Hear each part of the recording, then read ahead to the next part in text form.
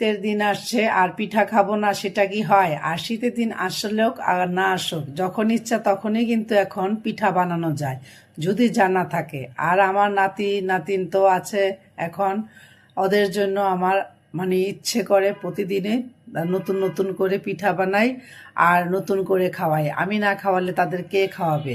প্রথমে আমি চাইলের গুঁড়িটা একটু টেলে নিয়েছি, ভালো মতন টেলে নিয়ে তারপরে আমি এইভাবে আমি রেখে দিয়েছি। আর এটা গুলা করব। আর নারকেলটা একটু চিনি দিয়ে আমি একটু রেখে দিয়েছিলাম 10 থেকে 15 মিনিটের মতো, নারকেল আর চিনি একসাথে মেখে। আর এই যে এটা একটু নেড়ে চেড়ে নিব। বেশি কিন্তু জাল দিলে তাহলে শক্ত হয়ে যাবে, যেন রসটা থাকে ওই রকমভাবে আমি একটু নারকেলটাকে ভালো মতন এইভাবে টেলে নিব।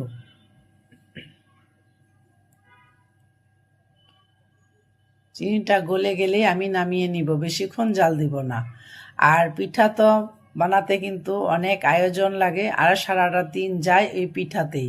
তাই সকাল সকাল রান্না বাড়া করে আমি দুপুরবেলায় বসিয়ে দিয়েছি এই আয়োজনগুলি করার জন্য। কারণ এইগুলো যদি ঠিক মতন না করা হয় তাহলে কিন্তু পিঠা সুন্দর হয় না। তাই প্রথমে আমি এই যে চালের গুঁড়িটা করেছিলাম, একটু টেলে নিয়েছিলাম চালের গুঁড়িটা, আর এই যে এইভাবে বানিয়ে নিলাম। আমরা এখানে অনেকজন আছি, কয়েকজনে মিলে করেছি, তাই তাড়াতাড়ি হয়ে গেছে। এখানে একটা পিচ্ছি আছে, দেখেন কত সুন্দর করে সে পিঠাগুলো বানাতে পারে, মানে অসাধারণভাবে সুন্দর করে পিঠা বানায়। তাই তার পিঠাটাও আমি দেখাচ্ছি। এটা কিন্তু খুব পিচ্ছি একটা বাবু, সে বানাচ্ছে এই পিঠাটা। যেই রকম হোক, আমার কাছে খুব ভালো লেগেছে, ছোট বাবু বানাতে পারে। আর এই যে এখানে আমরা বানাচ্ছি অনেক রকমের পিঠা বানিয়ে নিলাম। এই পুলি পিঠাটা, এই পুলি পিঠাটা দুধ দিয়ে খেতেও ভালো লাগে, তেল দিয়ে ভেজে খেতেও ভালো লাগে, আর ভাপে খেতেও ভালো লাগে। এই পিঠাটা যেভাবে খান সেভাবে কিন্তু ভালো লাগে। আমার বিশেষ করে ভাপে খেতেই ভালো লাগে, কিন্তু আবার আমার বাসার মধ্যে দুধে দিয়ে খেতে তারা বেশি পছন্দ করে।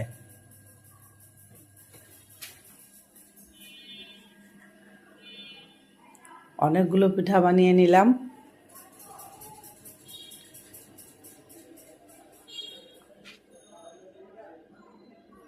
দেখতে কিন্তু খুব সুন্দর লাগছে। আর সবচেয়ে বেশি আনন্দ হচ্ছে এখানে পিঠা বানানোর আয়োজনটা দেখে আমার কাছে খুব ভালো লাগে। আগে আমাদের বাড়িতে এরকম অনেকে মিলে পিঠা বানাতো। এখন তো বাসা ভাড়া থাকি, কেউ ঢাকা থাকা হয়, কেউ এরকমভাবে মানুষের সাথে মানে সবাইকে নিয়ে বসা যায় না, সময় পায় না, সবাই এক একজন এক এক কাজে থাকে। দেখেন একটা বাবু, এই ছোট বাবুটাই কত সুন্দর করে সে এই পিঠাটা বানাচ্ছে। তার সে